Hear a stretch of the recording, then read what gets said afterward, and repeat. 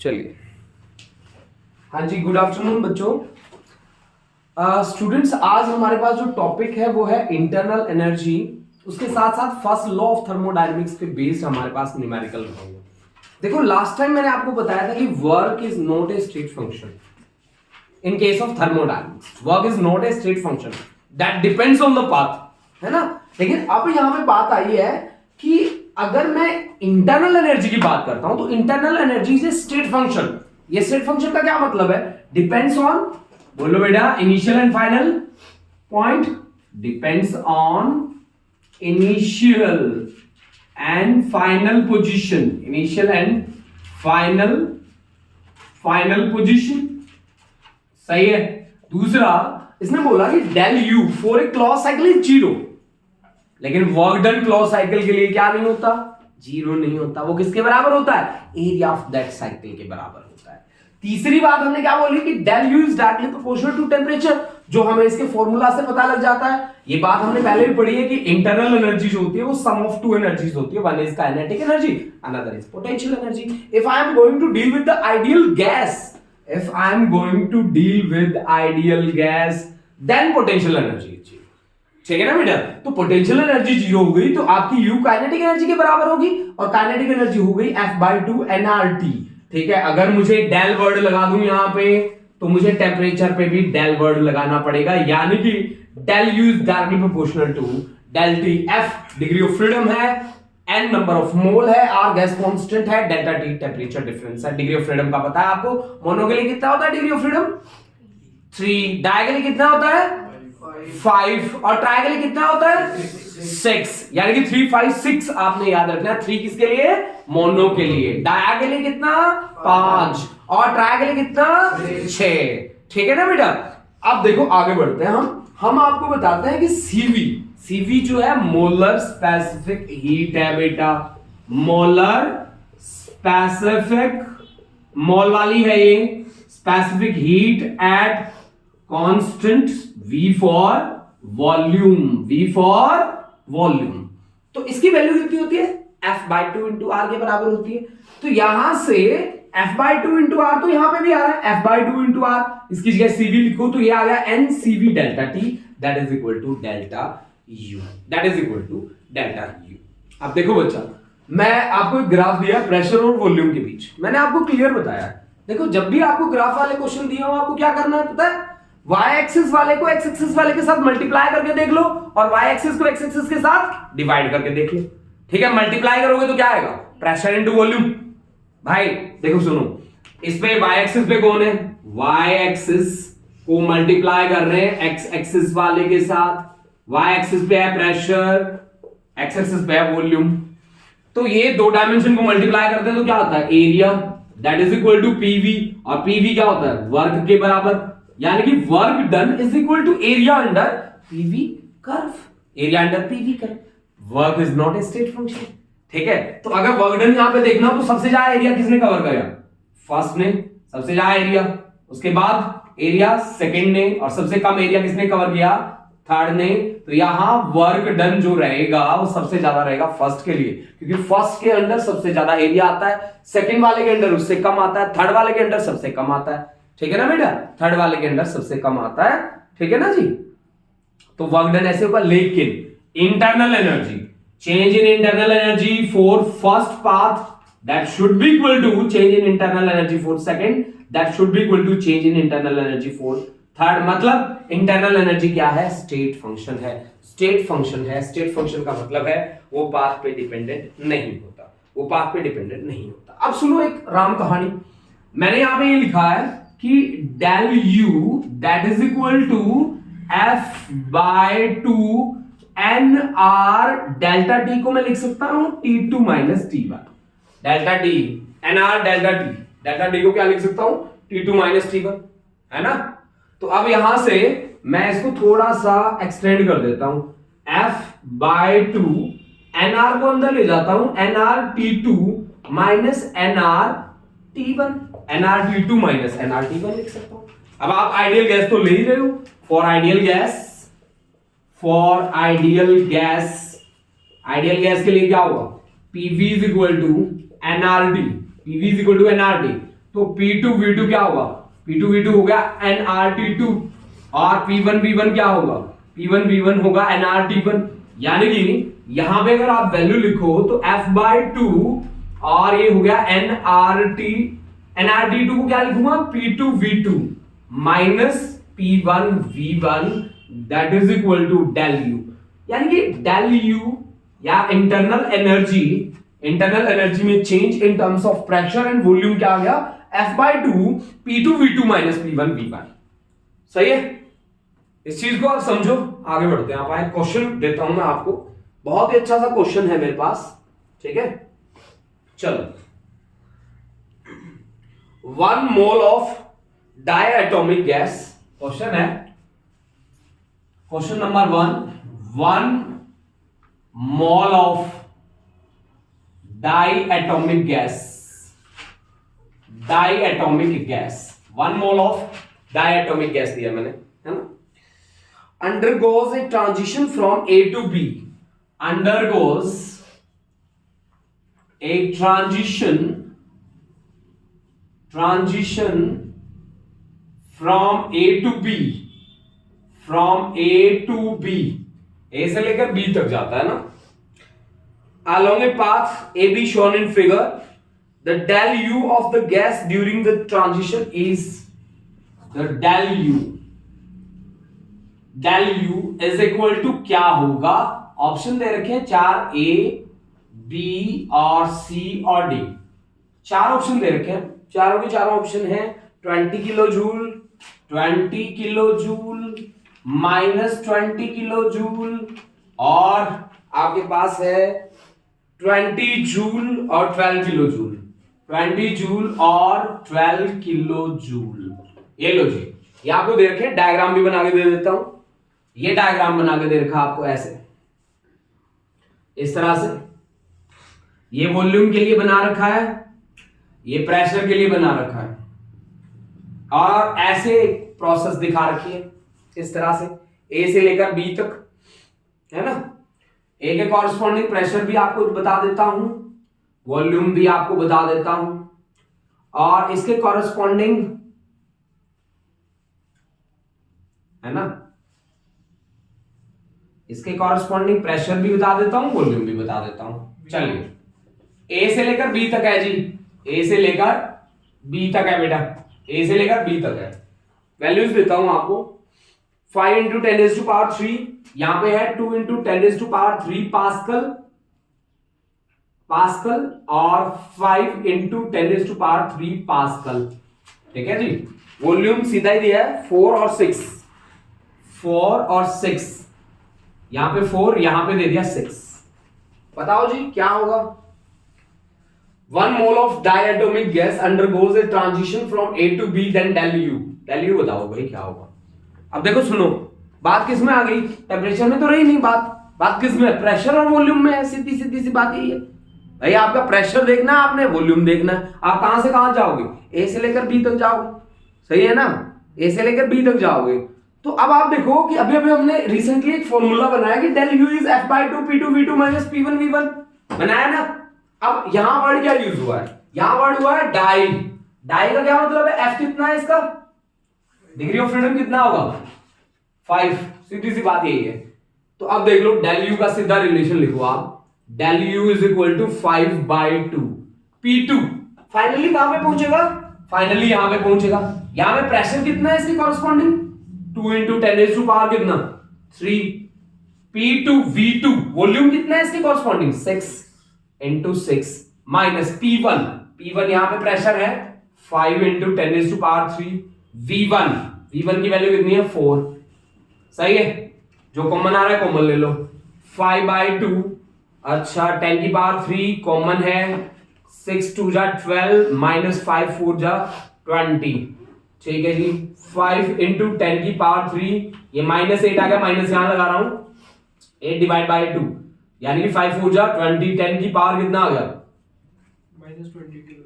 हाँ, 5 4 जा 20, तो -20 × 10⁻³ आपने क्या निकाला है, एनर्जी में चेंज। एनर्जी की यूनिट क्या होती है, जूल, तो ये आ गया -20 किलो जूल।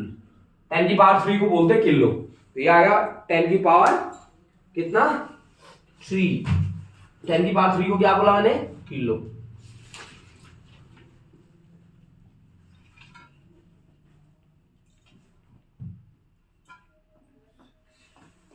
सही है, नोट कर लिया, बोलो बेटा।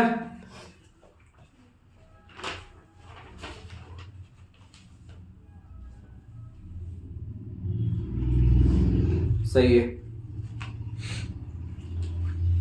नेक्स्ट है स्टेटमेंट, लिख देता हूं क्वेश्चन की, तब तक आप लोग इसे नोट कर लो, फिर हम आगे बढ़ जाएंगे। इस पे क्वेश्चंस हमें कुछ ट्राई करने हैं, वो क्वेश्चंस मैं ट्राई करवा रहा हूं आपको।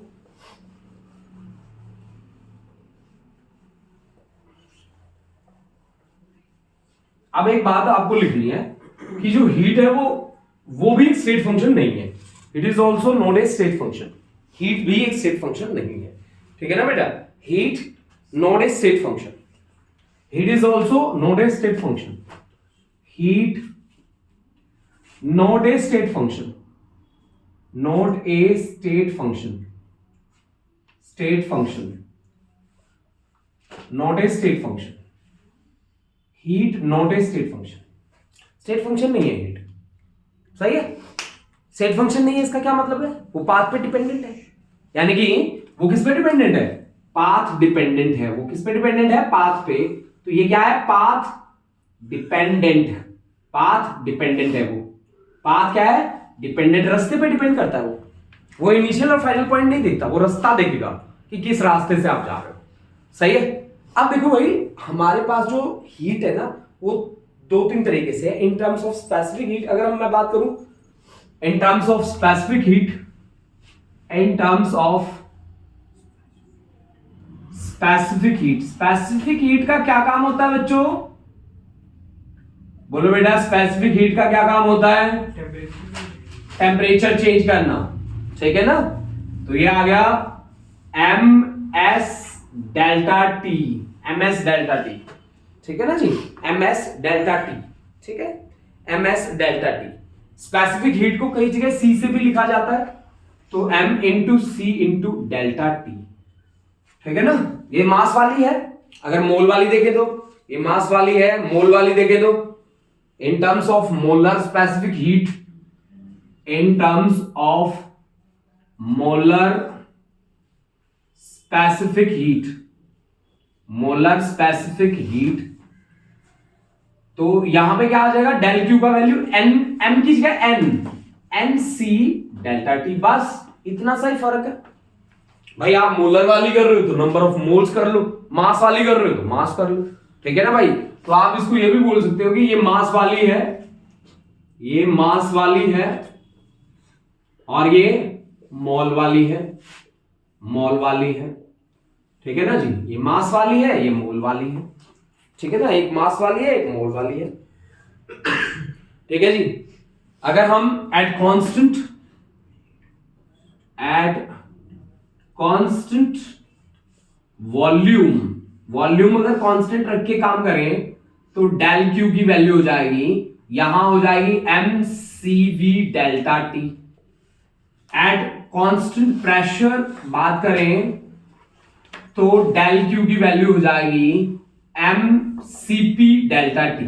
मोलर स्पेसिफिक हीट्स होती है वैसे, ये मैं आपको बता दूं। तो यहां पे एन वर्ड आप यूज करोगे, ठीक है, एम वर्ड यूज नहीं करोगे क्योंकि मोलर है, तो एन यहां पे भी आप वर्ड यूज करोगे एन, ठीक है ना जी।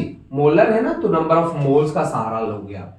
तो ये 4 बातें हमने लिख दी कि heat is not a state function, ठीक है, heat is not a state function, ठीक है। हीट के बारे में याद रखो, if heat is given to the system, heat is given to the system, heat is given to the system, to the system. अगर आपने सिस्टम को हीट दिया तो del Q positive. Heat is drawn from the system, heat is drawn from the system, from the system, तो del Q की value क्या आएगी, negative. बस इतनी सी तो बात याद रखनी है आपने कि हीट आपने सिस्टम को दी है कि सिस्टम से ली है तो नेगेटिव, दी है तो पॉजिटिव, ठीक है ना जी। एक बात आप याद रख लीजिए कि सीपी और सीवी की वैल्यू वैसे तो आपको बहुत अच्छे से आती होगी। CV is equal to F by two into R, है ना, F by two into R होता है ना बेटा, और इसकी वैल्यू बनती है R upon gamma minus one, R upon gamma minus one, सही है। सीपी जो होता है ना बेटा, सीपी होता है F by two plus one into R, इसकी वैल्यू होती है gamma into R divide by gamma minus one, ठीक है, गामा माइनस वन, ठीक है, सही है, सही है। ये हीट के बारे में बात थी। एक बार फिर से हम रिवीजन कर लेते हैं फर्स्ट लॉ ऑफ थर्मोडायनेमिक्स की। स्टेटमेंट बताओ बेटा, फर्स्ट लॉ ऑफ थर्मोडायनेमिक्स की क्या स्टेटमेंट है? वेरी गुड, बहुत बढ़िया। कौन बोला ये? हाँ, दक्ष, शाबाश। फर्स्ट लॉ ऑफ थर्मोडायनेमिक्स की स्टेटमेंट है कि delta Q is equal to W plus delta U, यही स्टेटमेंट है। या आप ऐसे बोल सकते हैं कि from first law of thermodynamics, first law of thermodynamics, dynamics, first law of thermodynamics कहता है, बोलो बेटा, dq is equal to du plus dw बोल सकते हैं आप, या du प्लस pdv बोल सकते हैं आप। कई जगह ऐसा भी लिखा जाता है इसको, ये स्टेटमेंट हो सकती है।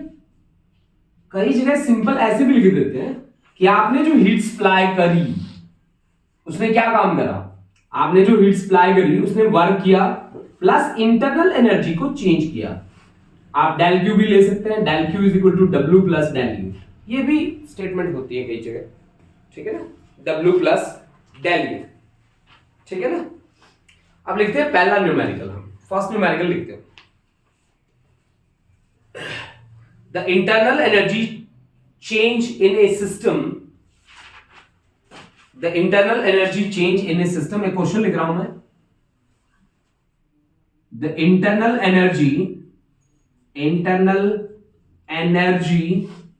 change in a system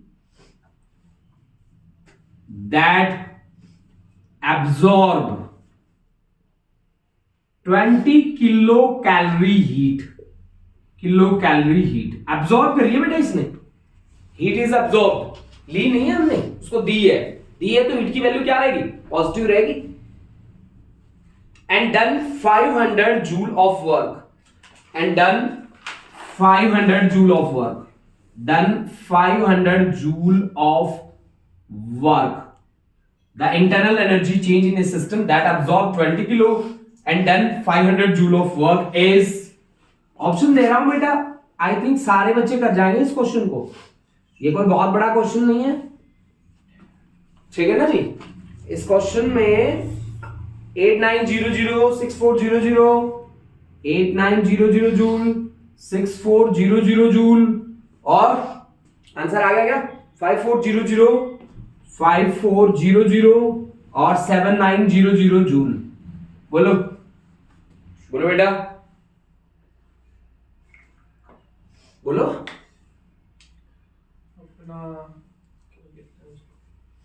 answer निकाल के बताओ यार, क्या होगा? The internal energy change in system that absorb, पहली बात तो एब्जॉर्ब कर रहा है ना, एब्जॉर्ब कर रहा है तो फिर डेल क्यू की वैल्यू क्या आ गई? पॉजिटिव, प्लस 20 किलो का क्या मतलब होता है? 10 की पावर 3 कैलोरी का क्या मतलब है? 4.2 जूल। 20 किलो कैलोरी है क्या यहाँ पे? हाँ किलो कैलोरी है, बिल्कुल आ गया। दूसरा, and done, work is done by the system, work is done by the system, positive लेना है आपने। Work is done by the system, work is done by the system, work is done by the system, आप positive लोगे तो dw की value आपकी आ गई कितनी? Plus 500 joule. अब फर्स्ट लॉ का यूज कर लो, dq is equal to du plus dw। dq कितना है बेटा?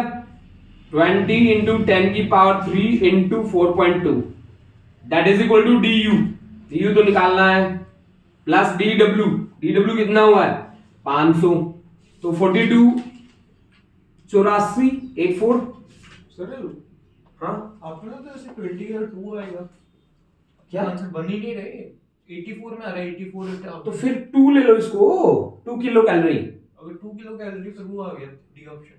हाँ 2 किलो कैलोरी ले लो भाई इसको, फिर 2 किलो कैलोरी लो, अब तो बनेगा ना। 8.4 into 10 की power 3 that is equal to du plus dw कितना है 500, तो 8400 that is equal to du plus 500, तो du की वैल्यू कितनी आ गई 8400 माइनस 500, तो ये कितना आ गया 7900 जूल। ये लो जी, ये this is the final answer. सही है, बोलो समझ आया? ठीक है जी, सही है, ठीक है। नेक्स्ट क्वेश्चन और करो फिर ट्राई। नेक्स्ट क्वेश्चन आज शायद सारे बच्चे कर देंगे उसको।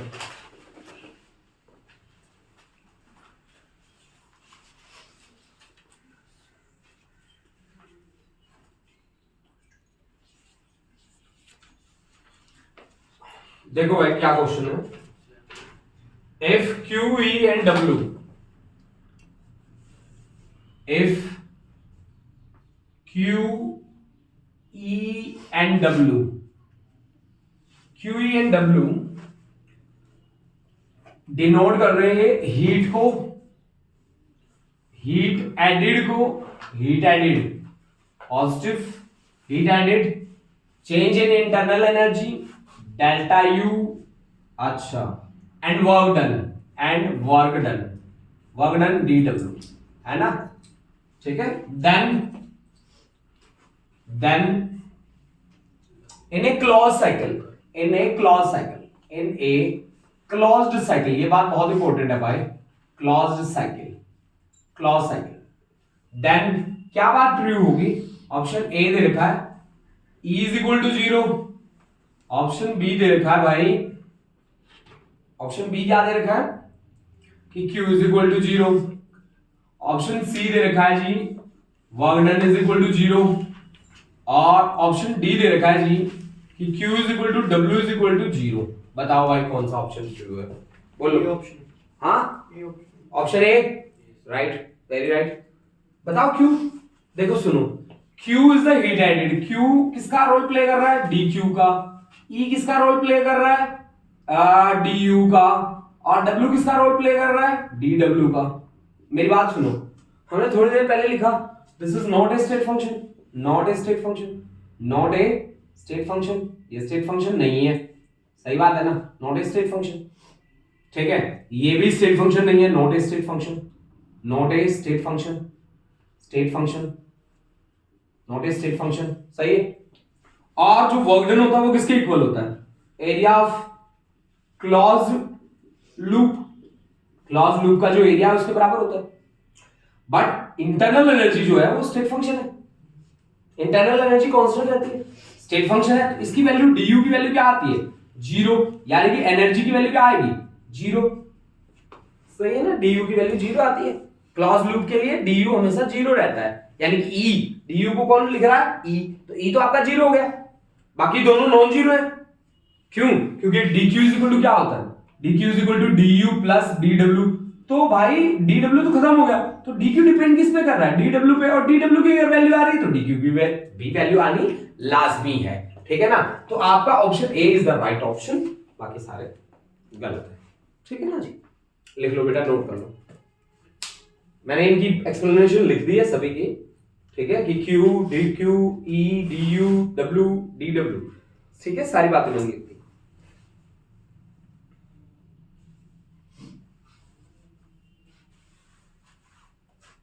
सही, चलो अब नेक्स्ट क्वेश्चन लिख दूं,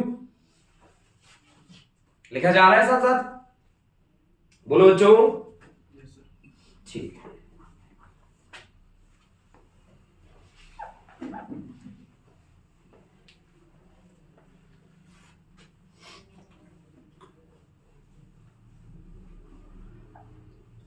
समझ आया कुछ बेटा, कुछ चीजें हैं जो आपको ध्यान भी रखनी होती हैं, है ना, तो इसमें जैसे जैसे आप न्यूमेरिकल्स करते जाओगे वैसे वैसे आपकी मेमोरी में वो चीजें सेव होती जाएंगी, जैसे जैसे न्यूमेरिकल करोगे वैसे वैसे सेव होंगी, है ना।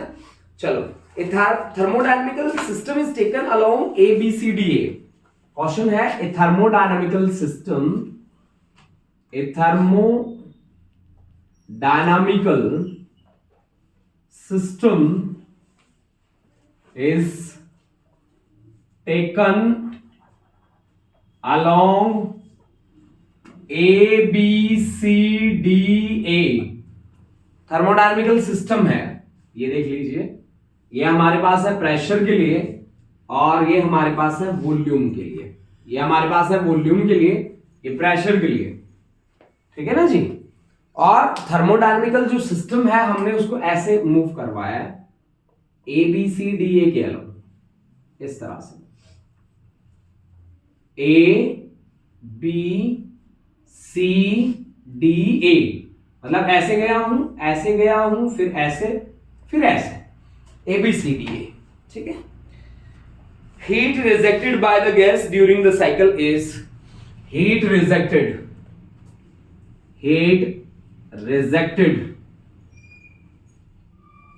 during the cycle by the gas is, चार ऑप्शन दे देता हूं आपको, ए बी सी डी, चार ऑप्शन, चारों ऑप्शन है आपके पास। 2PV 4PV, 2PV 4PV, half PV, ठीक है, और लास्ट वन इज केवल PV, केवल PV, है ना। डी ऑप्शन, हाँ डी ऑप्शन भाई, मैंने अब तक आपको वैल्यूज तो दी ही नहीं है। खाली पीवी हो। नहीं, यहां पे इसके कॉरेस्पॉन्डिंग प्रेशर दिया P, या इसके कॉरेस्पॉन्डिंग प्रेशर दिया 2P, यहां वॉल्यूम दिया भाई V, यहां पे वॉल्यूम दिया भाई 3V दे दिया, 3V। अब बता दो यार, A option, option A, option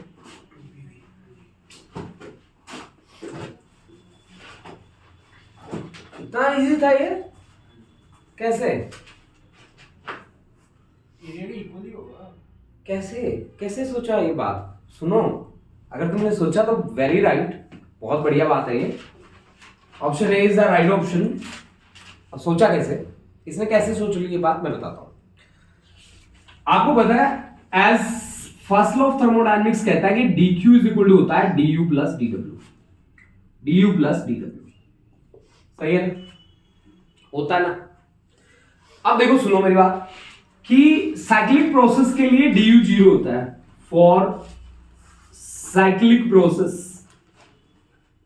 process के लिए du की वैल्यू क्या होगी, 0, du is equal to 0। Cyclic process के लिए du की वैल्यू हमेशा 0 होती है, साइक्लिक प्रोसेस के लिए du 0 होता है। अब आपके पास बचा क्या, बचा आपके पास dq that is equal to dw।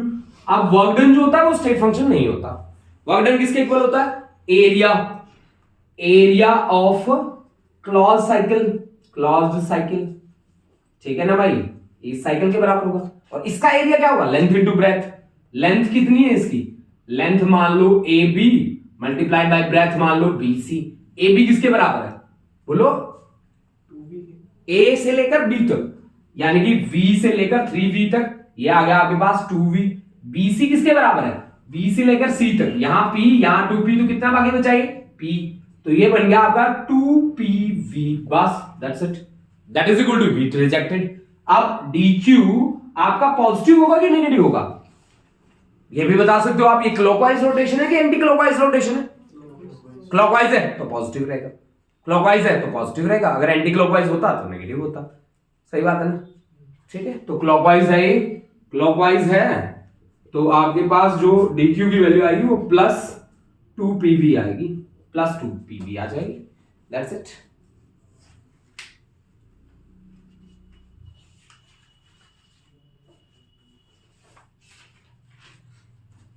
चलो यार, ये जो क्वेश्चन करवा रहा हूं ना मैं नेक्स्ट वाला, वो तो तुम देखते ही आंसर कर दोगे भाई, अगर ये क्वेश्चन तुमने कर रखा है ना, दे दूं, हाँ चल, तुम भी कहोगे कि सर जी ये क्वेश्चन आपको देना ही नहीं चाहिए था, हर बच्चा मुझे आंसर कर देगा, है ना,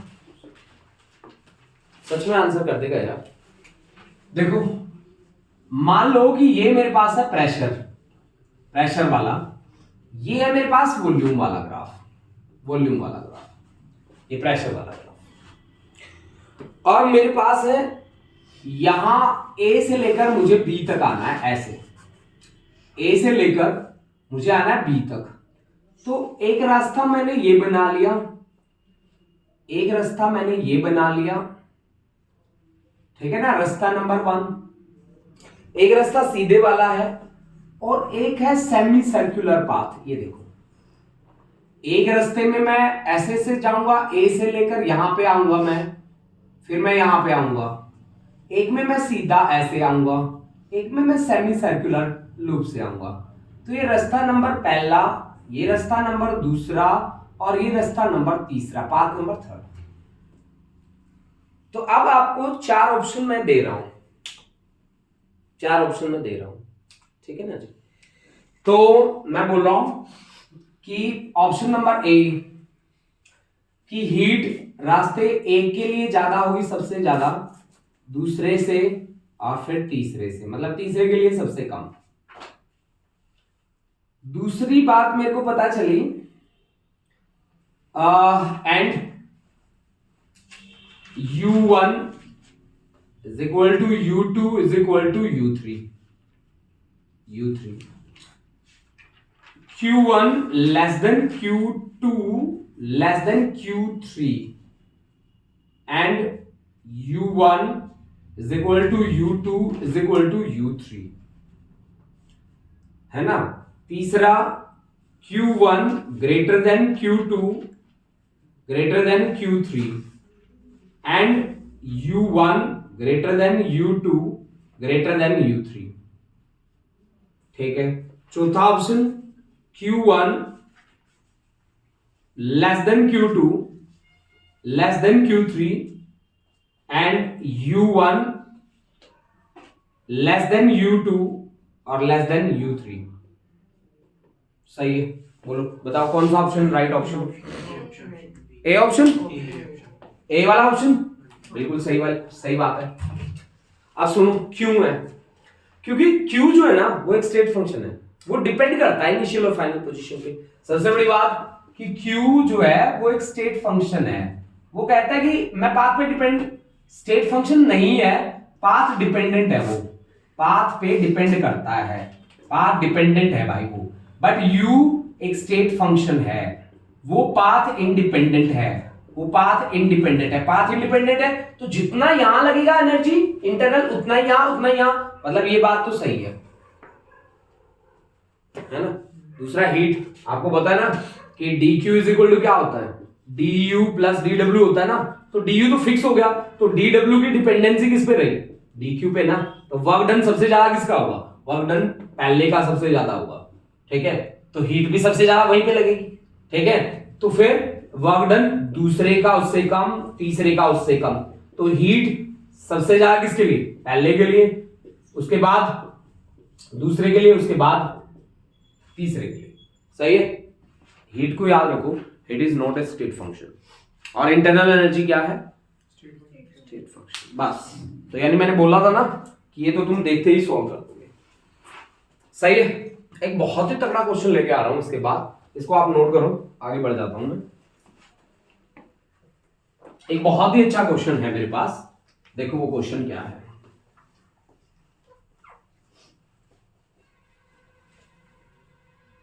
देखिए मेरे को एक डायग्राम दिया गया है, ठीक है। बोला कि figure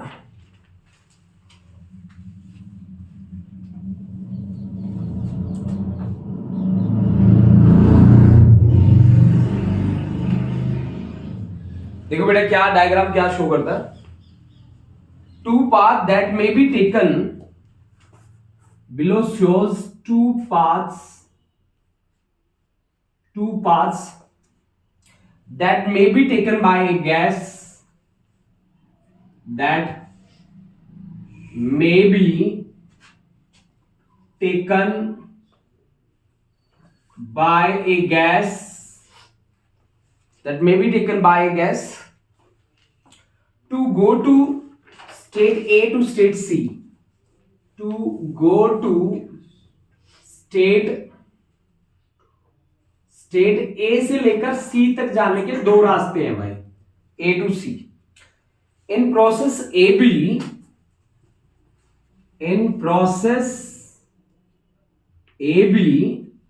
400 joule of heat is added to the system. Added to the system.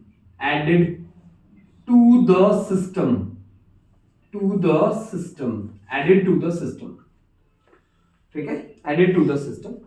In process BC, 100 joule of heat is in process BC 100 joule of heat is added to the system.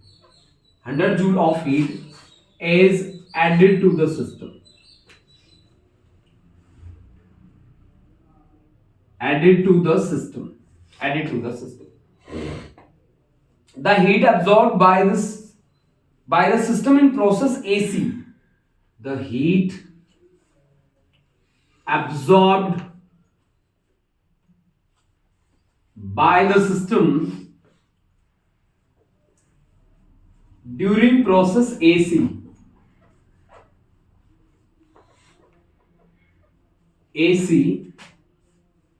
will be, process AC के लिए heat कितना absorb होगा? 380 joule heat पूछा है भाई. B 500 joule. सी वाला option दिया है 460 जूल और डी वाला ऑप्शन दिया है 300 जूल. डायग्राम में बना देता हूं अभी. ये डायग्राम बना के दिया हुआ है.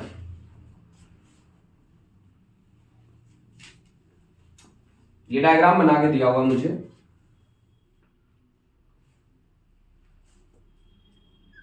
ऐसे ए से बी और बी से सी या ए से लेकर सी, इनके कॉरस्पॉन्डिंग वैल्यूज मुझे दे रखी हैं.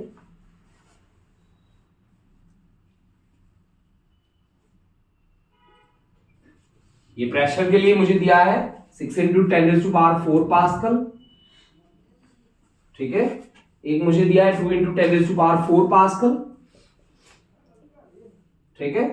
इसके लिए वॉल्यूम दिया है 2 × 10⁻³ मीटर की क्यूब और 4 × 10⁻³ मीटर की क्यूब. 3 मीटर का क्यूब. ठीक है ना. ठीक है. देखो कैसे मुझे काम करना है.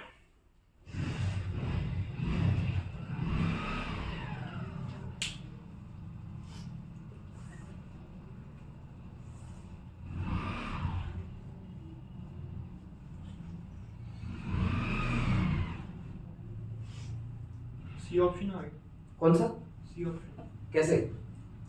अपना जो डिफरेंस है एरिया का, हाँ वो किया, हाँ. ऐड किया दोनों हीट्स को. जो अपना ठीक है. AB और इस BC में था 500 हाँ. आ गया, उसमें हाँ. सब्ट्रैक्ट कर दिया 40, जो अपना एरिया डिफरेंस आ गया था. ठीक है. उससे फिर अपना आ जाएगा कि AC के लिए कितनी हीट एब्जॉर्ब करनी चाहिए, क्योंकि AC में अपना वो भी कम हो रहा है, अच्छा. वर्क कम हो रहा है, हीट भी कम चाहिए. ठीक उस है. हिसाब से किया. ठीक है. सही है. सही है. बिल्कुल सही है. करा है. सुनो, अब मेरी बात सुनो. अब इसमें क्या बोला कि यहाँ पे दो रास्ते हैं. दो रास्ते कैसे हैं कि A से लेकर B, B से लेकर C तक मैं चला जाऊं, या मैं सीधा A से लेकर C तक चला जाऊं. मुझसे पूछा गया the heat absorb by the system during the process AC.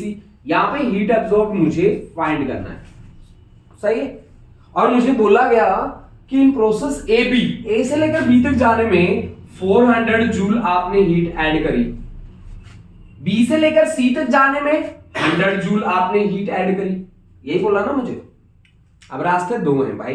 एक रास्ता है ये वाला एक रास्ता है ये वाला, पाथ नंबर 1 मान लेते हैं इसको, और एक रास्ता है सीधा पाथ नंबर 2. भाई एक बात बताओ, पाथ 1 से चले जाओ या पाथ 2 से चले जाओ, इंटरनल एनर्जी तो सेम ही रहेगी ना. इंटरनल एनर्जी तो इनिशियल और फाइनल पॉइंट्स देखती है, वो तो पाथ देखती ही नहीं. तो यानी कि आप क्या बोलेंगे कि del U for path 1 that should be equal to del U for path number 2, that should be equal to path number 2।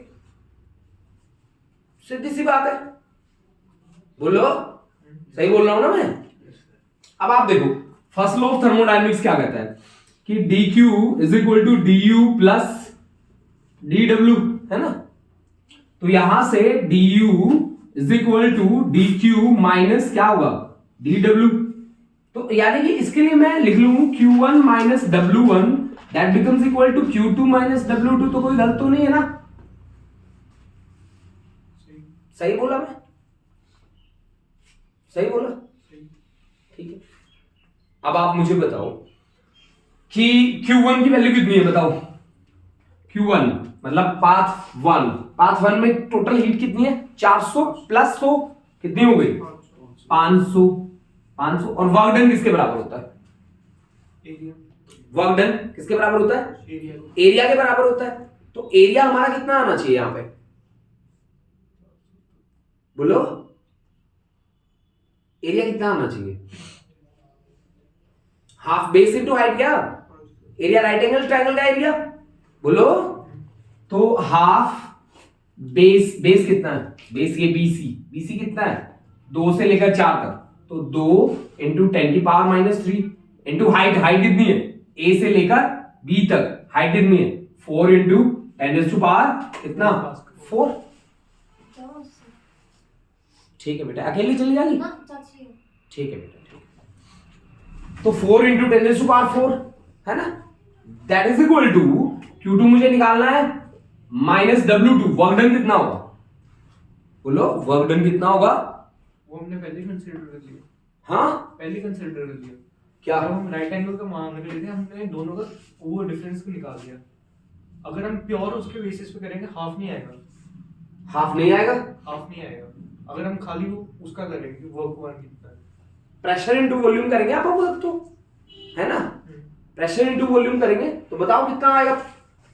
मैं एलिमिनेट कर दो V2 को उधर ले लेकर चले जाओ। Q1 minus V1 plus V2 minus common ले लो तो V1 माइनस V2 आ गया, हाँ डिफरेंस आ गया एरिया में, ठीक है। बस उतना बाकी को करने की जरूरत। मैं समझ गया, मतलब इसको सीधा कर देते हैं आप, है ना।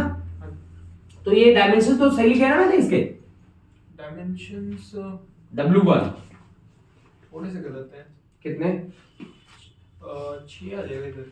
W1 की वैल्यू कितनी होगी आपकी एरिया के बराबर, एरिया PV के बराबर, PV के आ जाएगा, लेकिन हमने उसमें पूरा कंसीडर कर लिया। कितना, जो अपना होगा 6 इंटू 10 रेज़ टू पावर 4 हाँ into 2 into 10 raise to power minus 3, हाँ, यानी कि 6 into 10 to power 4 into 2 into 10 raise to power 3 into 2 into 10 to power minus 3। ठीक है, ठीक है। और माइनस W2 की वैल्यू कितनी आ जाएगी फिर, W2 की आ जाएगी 8 इंटू 10 रेज़ टू पावर 4, कितना 8 इंटू 10 रेज़ टू पावर 4 हाँ multiply by 2 into 10 raise to power minus 3 2 into 10 to power minus और डिवाइडेड बाय पूरा डिवाइडेड बाय 2, है ना। तो देखना बेटा वैल्यू सही आ रही है, 460 आ रही है क्या, आ रही है सही, हाँ आ रही है सही, सही आ रही है, सही आ रही है। 12 माइनस 8 हो जाएगा, 12 ठीक माइनस है। 8 4 हो गया। तो 500 माइनस कितना आ गया 120, that is equal to Q2, 2 से 2 गया और ये आ गया माइनस 80, तो ये कितना आ गया 500 minus 120 plus 80 that is equal to क्या Q2। फिर कितना आ गया Q2 460, Q2 is equal to 460 joule, ठीक है। तो ये आपके पास आ गया ऑप्शन आ गया 460, यानी कि ये आपके पास आ गया 460, ठीक है ना बेटा 460।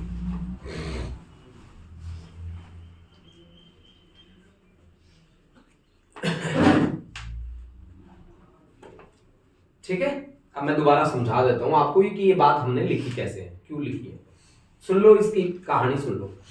मुझे देखो A से लेकर B तक जाऊंगा तो कोई वर्क होगा नहीं, वर्क होगा केवल B से लेकर C तक जाते टाइम, और B से C तक जाते टाइम B के कॉरस्पॉन्डिंग प्रेशर है इतना, और B से लेकर C तक वॉल्यूम आई 2 to 4 तो ये आ गया इतना प्रेशर मल्टीप्लाइड बाय वॉल्यूम, हो गया ना, ठीक है ना बेटा। अब दूसरा वर्क डन, यहां से यहां तक जाते टाइम हमारा वर्क डन क्या रहेगा, यहां से यहां तक जाते टाइम क्या रहेगा हमारा वर्क डन, प्रेशर है हमारा इतना, ठीक है ना, और यहां से जब मैं यहां गया तो वॉल्यूम में चेंज कितना आया, इतना, तो फिर प्रेशर हम कैसे निकालेंगे, इसका एरिया कैसे निकालेंगे बेटा इसके अंदर, ट्रेपीजियम वाला, trapezium, area of the trapezium, area आ जाएगा half sum of two parallel sides, ये है 2 इंटू 10⁴ प्लस इसकी पूरी वैल्यू है 6 into 10⁴ multiply by height, height कितनी होगी, ये वाली हाइट,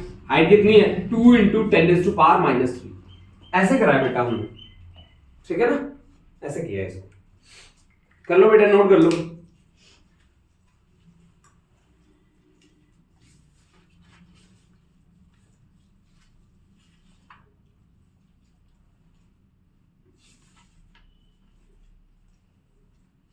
चलो ऐसा का ऐसा एक क्वेश्चन और करते हैं हम, है ना, तब जाके क्लियर हो जाएगा। एक क्वेश्चन और कर देते हैं ऐसे, ऐसा ही क्वेश्चन और बनाते हैं, और ये लास्ट क्वेश्चन होगा थर्मोडायनामिकल प्रोसेसेस पे, ठीक है, चलिए इसका सेकंड लॉ करेंगे। हाँ करेंगे, क्यों नहीं करेंगे। और एक वो जो चीज थी, टेम्परेचर वॉल्यूम कांस्टेंट, अच्छा ठीक है, हाँ जी हाँ जी करेंगे बेटा, वो भी है।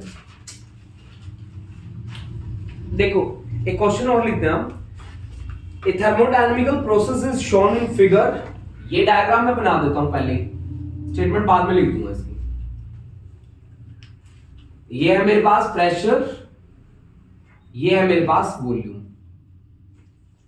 ठीक है ना, प्रेशर वॉल्यूम, और इस तरह की एक थर्मोडायनामिकल प्रोसेस मुझे दे रखी है इस तरह से, ये देखो A B C D, A B C D, इसकी डायरेक्शंस भी मैं बता देता हूं आपको। ए से सी ऐसे जा सकता है, ऐसे जा सकता है, या ऐसे जाके ऐसे जा सकता है, मतलब 3 रास्ते आ गए यहां पे। अब देखो इसने क्या बोला, the pressure and volume corresponding to the सब points P A, pressure A के कॉरस्पॉन्डिंग प्रेशर हमें दे रखा है, वो प्रेशर मैं लिख देता हूं यहां पे, P A pressure corresponding to A, उसकी वैल्यू हमें दे रखी है 3 into 10⁴ pascal, 4 pascal. Pressure corresponding to B दे रखा है हमें 8 इंटू 10⁴ पास्कल, ठीक है। वॉल्यूम कॉरस्पॉन्डिंग टू ए वो हमें दे रखा है 2 इंटू 10⁻³ मीटर की cube. Volume corresponding to D हमें दे रखा है कितना, 5 इंटू 10⁻³ मीटर का क्यूब, है ना। In process A B, in process A B, A B, process A B में क्या होगा बेटा, in process A B 600 joule of heat, 600 joule of heat,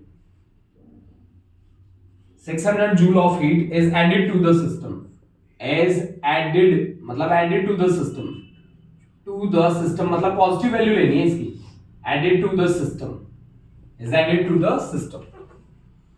process BC, BC में 200 joule, 200 joule of heat is added to the system, is added to the system। The change in internal energy of the system, the del U during AC, during AC, during A से लेकर C तक would be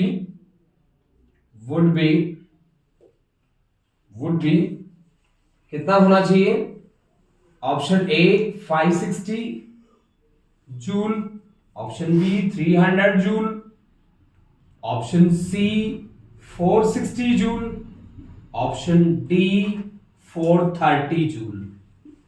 बोलो भाई क्या होना चाहिए, बोलो। यही इसी क्वेश्चन को कॉपी कर रखा हमने, पढ़ लो इसको। Pressure corresponding to A point के कॉरस्पॉन्डिंग प्रेशर हमें दे रखा है 3 × 10⁴ pascal. Pressure corresponding to B के कॉरस्पॉन्डिंग प्रेशर दे रखा है 8 × 10⁴ पास्कल। सही है, ये वैल्यूज गिवन है मुझे।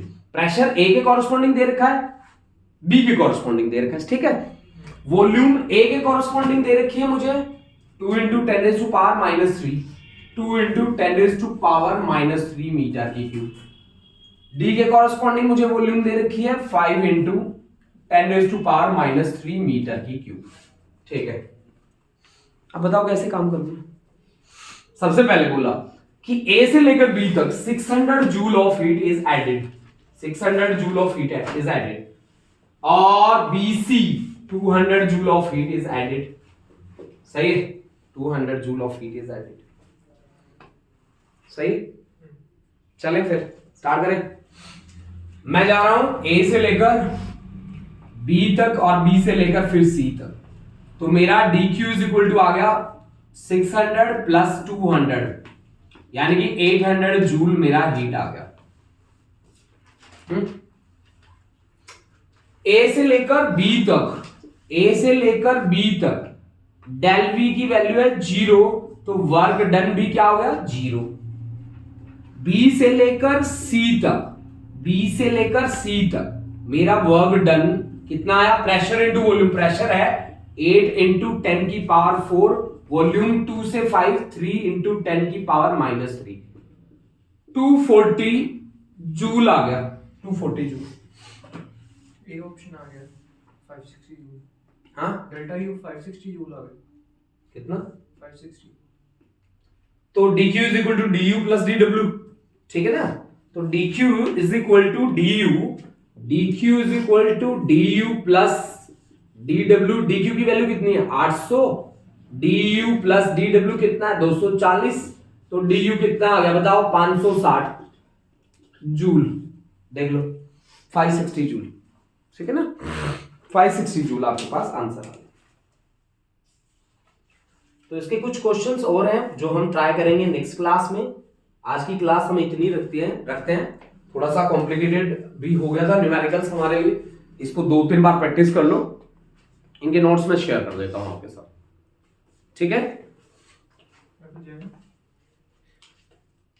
हाँ जी, ठीक है बच्चों।